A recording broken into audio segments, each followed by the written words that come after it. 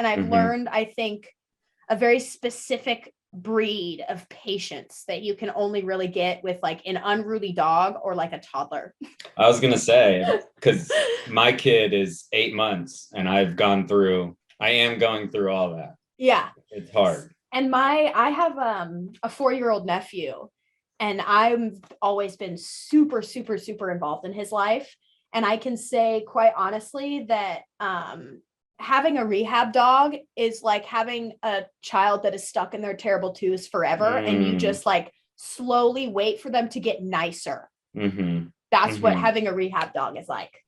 Yeah. Our son he's 8 months, but he's starting to like get into that terrible two vibe.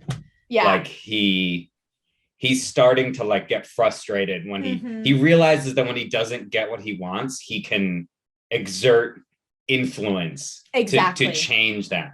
So he's like kind of realizing it's crazy and intense because he's just like he's starting to do that a lot. Well, and a lot of the things that I talk about, because I get a lot of questions about Teddy, and I get a lot of people asking like, how do you deal with it? How did you fix this? How did you blah, blah, blah, blah, blah.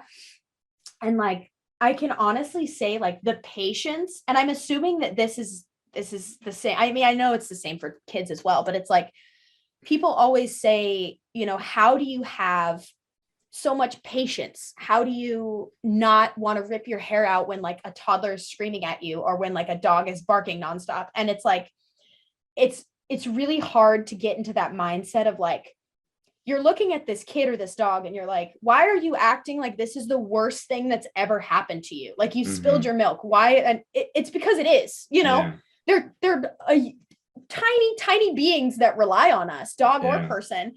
Something that feels like the end of the world to them is the end of the world to them because they've never experienced anything to counter that. They don't know, they don't understand the gravity of things and how big feelings are. And like, think of all the times that you've had feelings that felt like they filled your whole adult body.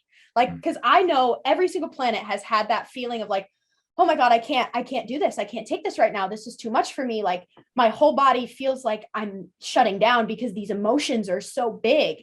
Yeah. Imagine having those same emotions, but lacking the size to spread out the reaction and lacking the understanding of why you feel that way at all, even. You know? The language. Imagine how frustrating that would be to just like, I have these feelings that are 10 times bigger than my body and I can't even tell you why, you know, like, of course they're barking. Of course they're screaming, you know, like it's a really, really interesting. It doesn't even go away. Like I'm still that way. Yeah. You know? Oh, absolutely. It's just the things are different. Exactly. And I don't cry externally as much, but yeah, I'm still kind of exploding on the inside about dumb shit. Yeah. And that's something that you can express. And that's something that you can, you know, not accessibility obviously differs, but if you wanted to go see a therapist about your big feelings, you could. If you wanted to go out, don't worry, I do. Good. I recommend it to all. I've been in therapy on and off for like 10 years and I will say that it's fantastic. Yeah. But you have to let it be. And also I can't stand when people say that therapy doesn't work, because if therapy's not working, it's because you either need a new therapist or you're not working. How are you? You're like very wise for someone who's like 20 years old or any age.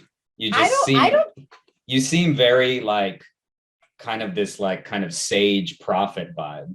What? Yeah, a little bit.